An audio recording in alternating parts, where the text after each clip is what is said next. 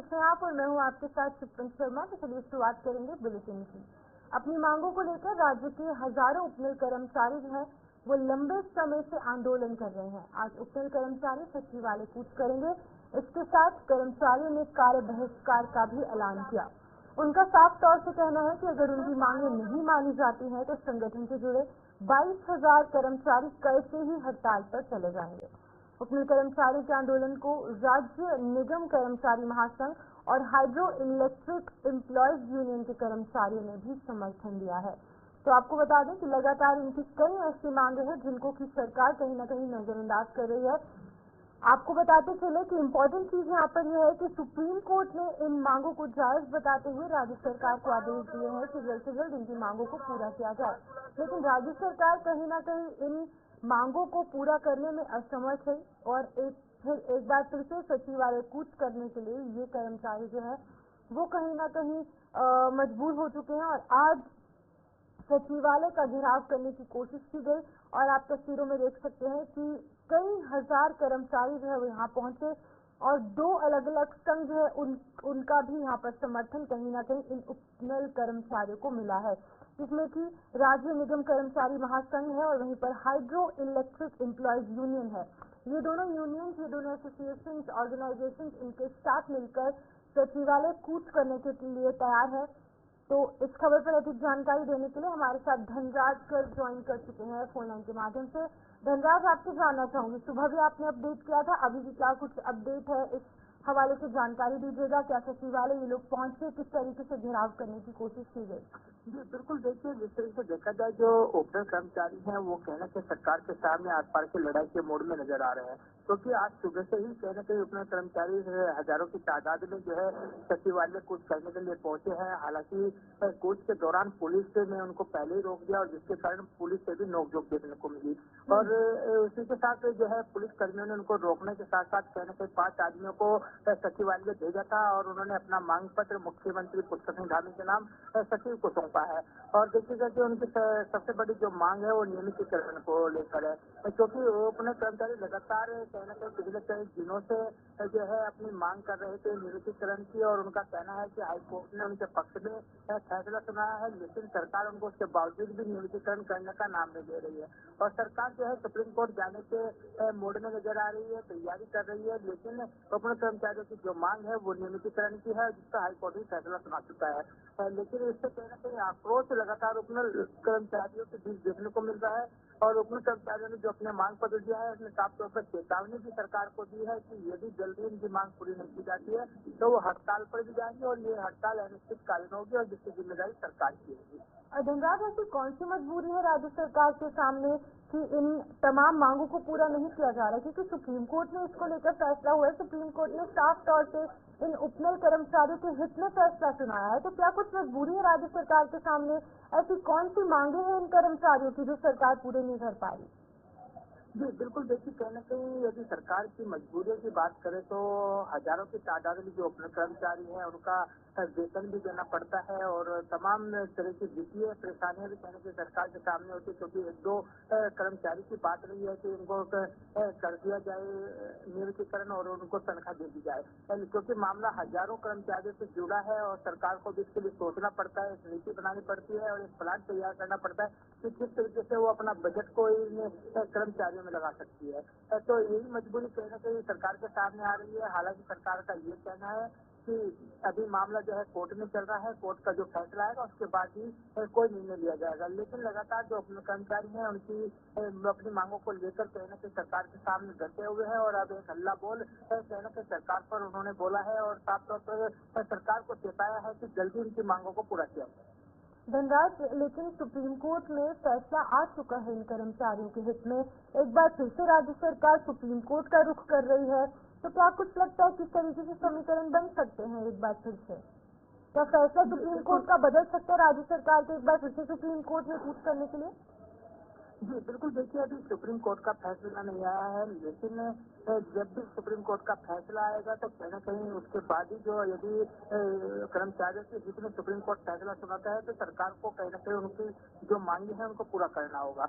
लेकिन अभी इंतजार है तो सिर्फ सुप्रीम कोर्ट के फैसला का इंतजार है और इसका इंतजार करने के मूड में जो कर्मचारी हैं वो नजर नहीं आ रहे हैं और कर्मचारी लगातार सरकार पर दबाव बना रहे हैं कि उनकी जो मांगे हैं उनको पूरा किया जाए, उनको नियमितीकरण किया जाए। लेकिन सरकार अभी दबाव में आने के मूड में नहीं है, क्योंकि जिस तरीके से देखा जाए कि सरकार कहीं न कहीं जो बजट का रोना है वो रोती हुई नजर आ रही है। ठीक है धनराज, बने हुए हमारे साथ, अगली खबर पर भी आपसे जानकारी लेंगे, आगे बढ़ चलेंगे। यहाँ पर औद्योगिक क्षेत्र सेलाकुई में heart pharmaceuticals and research centre की फैक्ट्री में अग्निकांड की घटना अन्य कंपनियों के लिए भी बड़ा सबक है।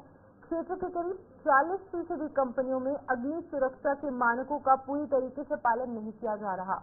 कई कंपनियों में आग लगने की सूचना देने, पर्याप्त अग्निशमन उपकरण और विद्युत आपूर्ति बंद होने पर भी अग्निशमन उपकरण के संचालित होने की व्यवस्था जो है उसका अभाव देखने को मिल रहा है। बता दें कि अग्निशमन विभाग की चेकिंग के दौरान कई बार जो लापरवाहियां हैं वो भी सामने आई हैं। तो आपको बता दें कि कहीं ना कहीं ग्राफिक्स के माध्यम से समझाने की कोशिश करेंगे अग्नि सुरक्षा मानक में किस तरीके की कमियां हैं।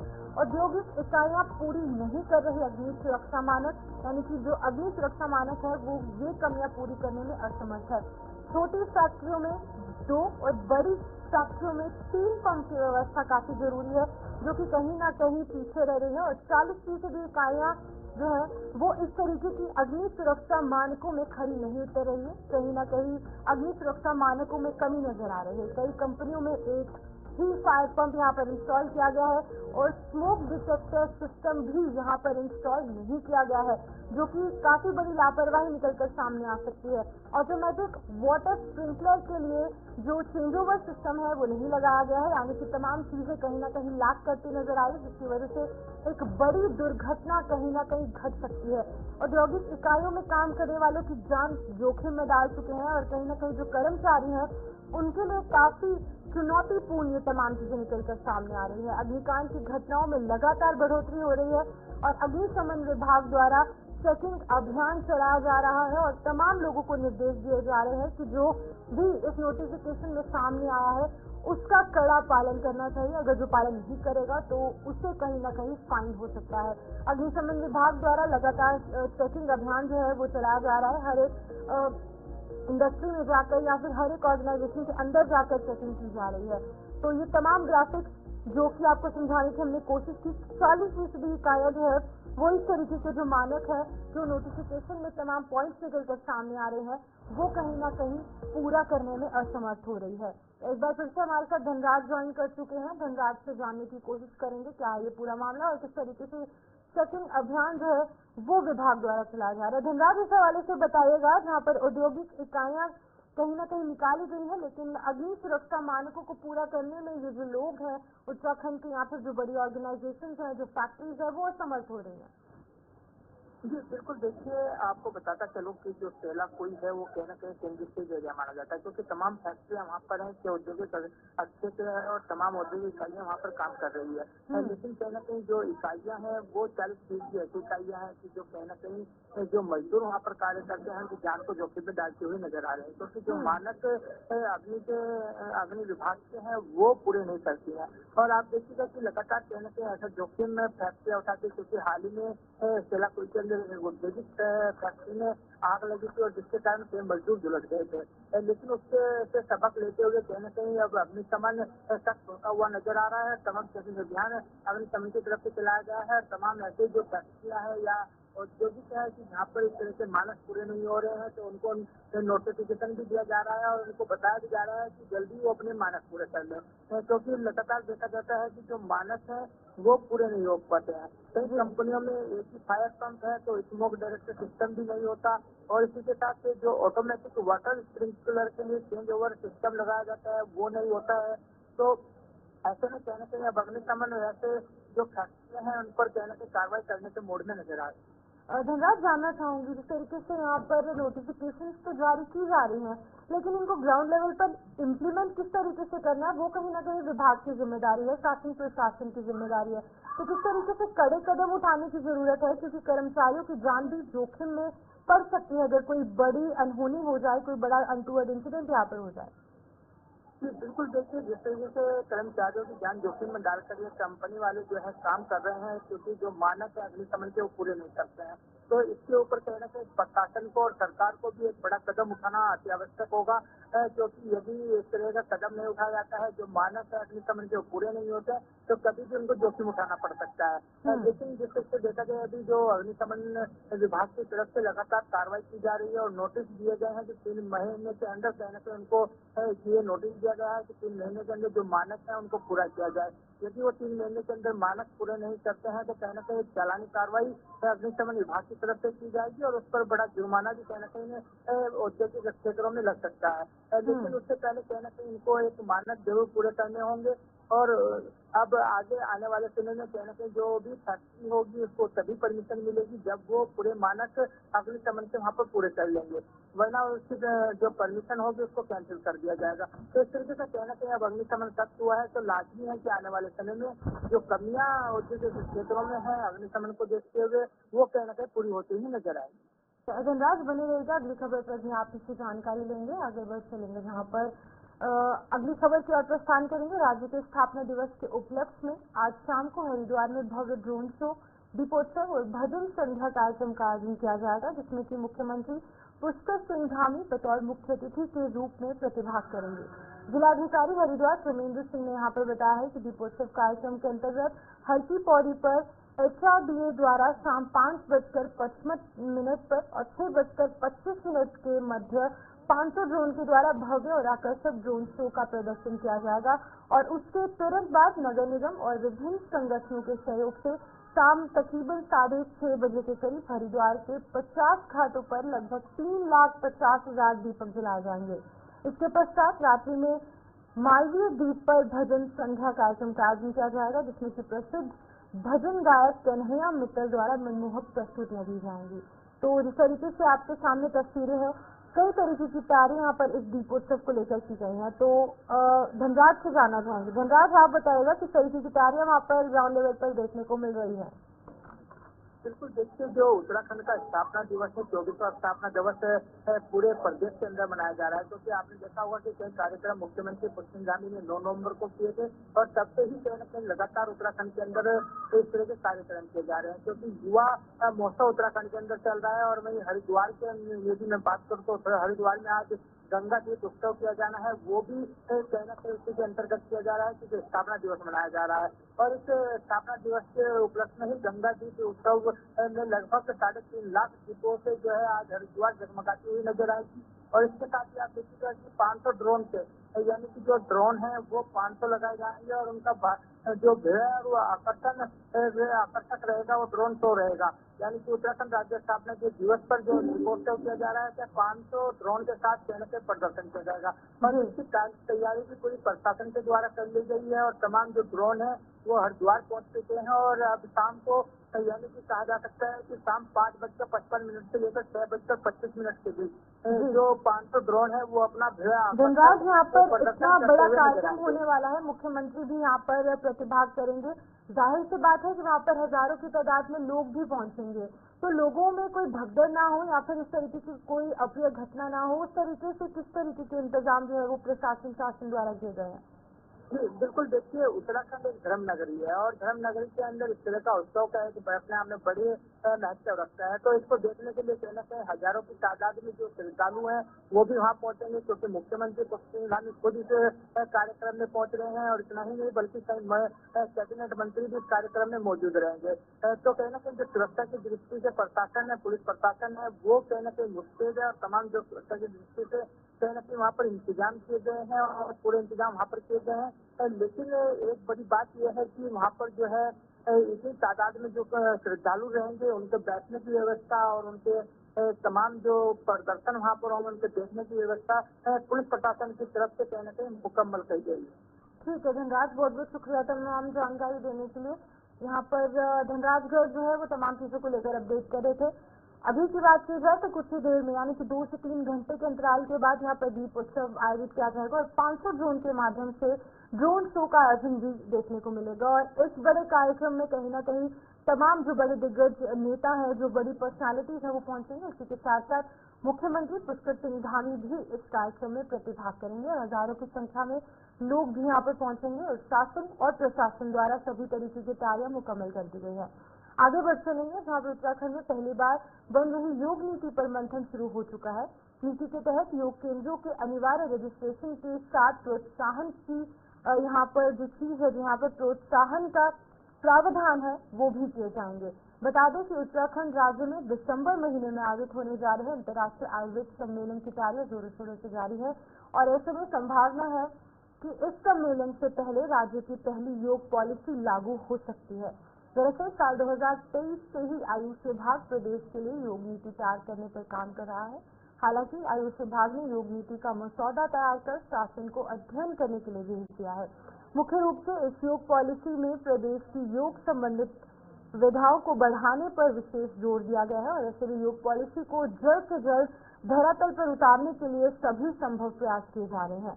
नीति में कई खास प्रावधान किए गए हैं। अपर सचिव आयुष डॉक्टर विजय कुमार जोगदंडे ने बताया है कि प्रदेश में योग और आयुर्वेद के क्षेत्र में काफी अधिक संभावना है, लिहाजा योग और आयुर्वेद को बढ़ावा देने के लिए जो भी संस्थाएं काम कर रही हैं उसमें एक रूप लाने के लिए योग के ट्रेनिंग को बेहतर करने के लिए योग नीति पर लगातार काम किया जा रहा है। साथ ही उन्होंने कहा कि योग नीति संबंधित जो ड्राफ्ट तैयार किया गया है उस पर मंथन किया जा रहा है और ऐसे में योग नीति का ड्राफ्ट तैयार होने के बाद अनुमति के लिए शासन में प्रस्तुत किया जाएगा।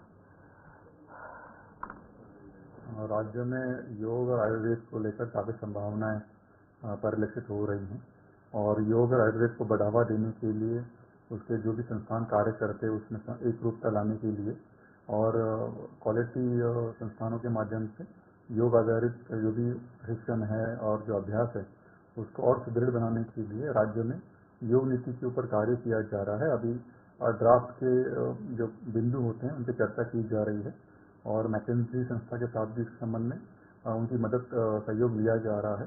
शीघ्र ही एक ड्राफ्ट जैसे तैयार हो जाएगा, इसको सक्षम स्तर पर अनुमोदन के लिए प्रस्तुत किया जाएगा। इसमें हम किसी खास बिंदु पर फोकस कर रहे हैं क्योंकि योग की विस्तृत राजधानी ऋषिकेश है तो योग की जमीन मानी जाती है, तो ऐसे में योग को बढ़ावा देने के साथ साथ खासकर जो लोकल लोगों को रोजगार उपलब्ध हो इन सब चीजों को भी समाहित रहेगा। राज्य में जितना भी पर्यटन स्थल विकसित हो रहे हैं उसके आसपास विशेष रूप से योग और आयुर्वेद को भी हम चाहते हैं कि उनके माध्यम से उसके संस्थान विकसित हो और वेलनेस सेक्टर में भी काफ़ी संभावनाएं अभी प्रदर्शित हो रही हैं। इसी को दृष्टिगत रखते हुए योग के जो भी मानक होते हैं उनको दृढ़ बनाने के उद्देश्य से जो शिक्षण संस्थान उसमें स्थापित होंगे उसमें एक रूपता लाने के लिए और सामान्य जन को रोजगार की दृष्टि से योग का प्रयोग करने के लिए हम प्रोत्साहित करने का उसमें एक प्रमुख उद्देश्य शामिल होगा। उसी के दृष्टिगत योग नीति जो है उत्तराखंड को देवभूमि के नाम से भी जाना जाता है। ये राज्य अपनी सांस्कृतिक विरासत के लिए भी एक अलग पहचान रखता है। यहाँ पर लोग यहाँ के पर्व और त्योहार को बड़े ही धूमधाम के साथ मनाने के लिए आते हैं। इगास भी यहाँ का एक लोक पर्व है जो कि 12 नवंबर को मनाया जाएगा। इसको लेकर के लोक साहित्य और सांस्कृतिक कला परिषद के उपाध्यक्ष मधु भट्ट ने इस पर्व की विशेषताओं को बताते हुए कहा कि इस पर्व के अवसर पर ब्लॉक और पंचायत स्तर पर सांस्कृतिक विभाग के द्वारा कई कार्यक्रमों का आयोजन किया जाएगा। देखिए, इगास हमारा बहुत ही एक लोक पर्व है और इगास को लेकर संस्कृति विभाग के माध्यम से जगह जगह हमारे जो है मेले लगते हैं और जो हमारा खान पान होता है और से रोटाना यहाँ की पहाड़ी शैली में लोग अपने गांव की तरफ जाते हैं और गांव में जो हमारे जो मैं कहूँगी ये जो चील की लकड़ी की चीलें बनाते चीले से और थैलों खेलने का जो प्रचलन है, सब लोग गांव वाले इकट्ठे होकर रात्रि के समय में जो बुरी शक्तियाँ होती हैं वो दूर भागती हैं और बहुत ही हर्षोल्लास के साथ उस त्योहार को मनाते हैं। और संस्कृति विभाग में जितनी भी हमारी जो टीमें हैं जो सांस्कृतिक कार्यक्रम देती हैं उन टीमों को जगह जगह स्थान पर उनको भेजा जा रहा है और अनेकों आयोजन हर जिला स्तर पर ब्लॉक स्तर पर जो है वो भारतीय जनता पार्टी का सदस्यता अभियान जहां लगभग समाप्ति की ओर है, वहीं दूसरी तरफ भारतीय जनता पार्टी में नेता शामिल होने में रुचि दिखाने का काम कर रहे हैं। उत्तरकाशी से राजदीप परमार ने भाजपा का दामन थामा और अपने सैकड़ों समर्थकों के साथ भारतीय जनता पार्टी में शामिल हुए। भाजपा प्रदेश मुख्यालय में भारतीय जनता पार्टी के प्रदेश अध्यक्ष महेंद्र भट्ट के द्वारा राजदीप परमार सहित उनके जो भी सहयोगी थे उनको भारतीय जनता पार्टी की सदस्यता दिलाई गई। भारतीय जनता पार्टी के प्रदेश अध्यक्ष महेंद्र भट्ट का कहना है कि उत्तराखंड में भाजपा सबसे बड़ी पार्टी है और उसी कड़ी में भी नेता पार्टी में शामिल हो रहे हैं जो कि पार्टी को धरातल पर मजबूती देंगे। भारतीय जनता पार्टी की सदस्यता अभियान प्रतिदिन चलने वाला क्रम है। सदस्यता प्रतिदिन चलने वाला क्रम है। अभियान सीमित समय के लिए होता है। प्राथमिक सदस्यता अभियान का प्रथम चरण समाप्त के बाद अब हमारे सदस्यता अभियान का द्वितीय चरण आजकल चल रहा है। अब धीरे धीरे संगठन परिवार बढ़ रहे हैं, लेकिन सदस्यता ये प्रतिदिन चलने वाला क्रम है। उसी के तहत राजदीप परमार सामाजिक कार्यकर्ता है, उत्तरकाशी के डुंडा के रहने वाले बहुत अच्छे कार्यकर्ता के रूप में हमको सिद्ध होंगे, इसलिए आज उनका हम सदस्यता करा रहे हैं।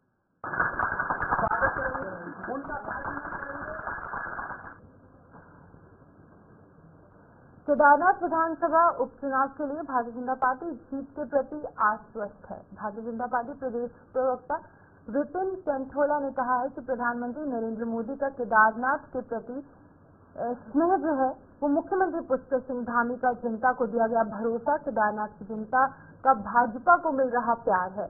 और आपको बता दें कि भाजपा प्रवक्ता ने आगे कहा है कि विपक्ष भले ही गुमराह करने के लिए राजनीति कर ले, लेकिन जनता भारतीय जनता पार्टी को विजय दिलाने के लिए काम कर रही है। अरे जी, केदारनाथ में भारतीय जनता पार्टी अपनी जीत के प्रति आश्वस्त है और जिस प्रकार से डबल इंजन की सरकार ने केदारनाथ के विकास के लिए काम किया है, जिस प्रकार से आप देख सकते हैं मोदी जी देश के पहले प्रधानमंत्री ऐसे हैं जिन्होंने लगभग 6 बार जो केदारनाथ में आए और जब भी केदारनाथ में आए केदारनाथ के तमाम विकास कार्यों की समीक्षाएं की।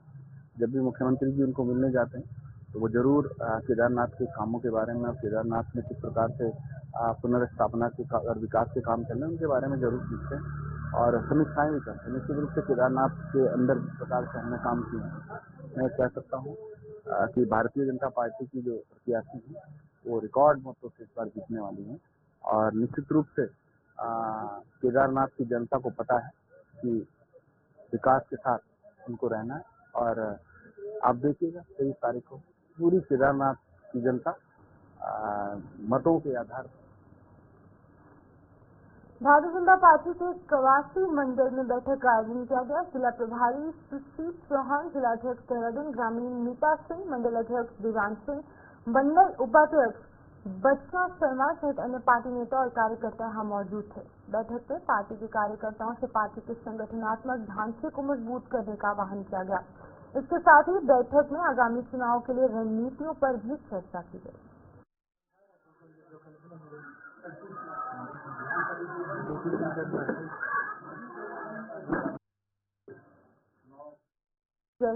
हरीश पनेरूल के नेतृत्व में यहाँ पर भीमताल विधानसभा क्षेत्र में बदहाल सड़कों की हालत सुधारने की मांग को लेकर 1 दिवसीय धरना प्रदर्शन किया गया। आपको बता दें कि इस दौरान प्रदर्शनकारियों ने पिछले दिनों मौचुला में हुई सड़क दुर्घटना को सरकार को याद दिलाते हुए बताया कि भीमताल विधानसभा में भी ऐसी सड़कें हैं जो कि 40 लोगों को निगल चुकी हैं। उसके बावजूद भी सरकार इन सड़कों को ठीक करने की सुध नहीं ले रही। हरीश पनेरू ने आगे कहा कि खीरा खान मिडार मोटर मार्ग पिछले 3 साल से नहीं बन पाया है और इसी प्रकार विधानसभा के अन्य सड़क भी भ्रष्टाचार की भीड़ चढ़ चुके हैं और इसका खामियाजा मासूम लोगों को अपनी जान गंवाकर देना पड़ता है। पूरे कुमाऊं क्षेत्र की जो बदहाल सड़कें हैं उनको लेकर हम लगातार मुख्यमंत्री जी आए थे। मातुला की दुखद घटना हुई, खेड़ाखान मिडार जो हमारी सड़क है उस पर 40 मौतें 1 साल के अंदर हुई, वो सड़क आज तक नहीं बन पाई। 11 तारीख को माननीय सांसद जी क्षेत्र में जा रहे हैं और उनका कहना है कि हम उसका उद्घाटन करने जा रहे हैं, लेकिन ये पता नहीं कि टेंडर किसको मिला। पैसों के नाम पर सड़क पर मोटा खेल चल रहा है जनप्रतिनिधियों के द्वारा और अधिकारियों द्वारा, तो ये बर्दाश्त नहीं किया जाएगा। जो मौतें हो रही हैं उसके लिए पूरा सिस्टम और जनप्रतिनिधि जिम्मेदार है। इसको जनता को हम आगाह कर रहे हैं, जनता जागेगी और ऐसे जनप्रतिनिधियों को आने वाले समय में जवाब देगा। हमारी एक रोड है पोखरी नमोनिया देवलीधार सुरंग मोटर मार्ग, पिछले 3 दशक से बना हुआ है। अभी मरचुला वाली घटना में क्रैश बैरियर न होने से वहाँ गाड़ी क्षतिग्रस्त हो गई, दुर्घटना हो गई है जिसमें 36 लोगों के घायल हो गए हैं। उनको मैं विनम्र श्रद्धांजलि अर्पित करना चाहता हूँ, मगर मुख्यमंत्री जी तक हमारी क्षेत्र की आवाज़ बार बार हम पहुंचाने का काम करते हैं। उन्होंने जो है जिस रोड को बनने के 3 दशक तक जिसमें डामरीकरण न हुआ हो, वहाँ पे जनता अपनी जान जोखिम में डाल करके सफर करने को मजबूर है। इसके लिए हम माननीय सीएम साहब से अनुरोध करना चाहते हैं, प्रदेश की उन सड़कों को जिनमें एक बार भी डामर न हुआ हो, उनको डामरीकरण करा जाए और जिनमें जहाँ पे जरूरत है क्रैश बैरियर लगाए जाएं। वास्तव में पर्वतीय क्षेत्रों में डामरीकरण न होना सड़कों का और उसमें सेफ्टी सुरक्षा के तहत क्रैश बैरियर वगैरह न होने से गाड़ियाँ जो है दुर्घटनाग्रस्त होती।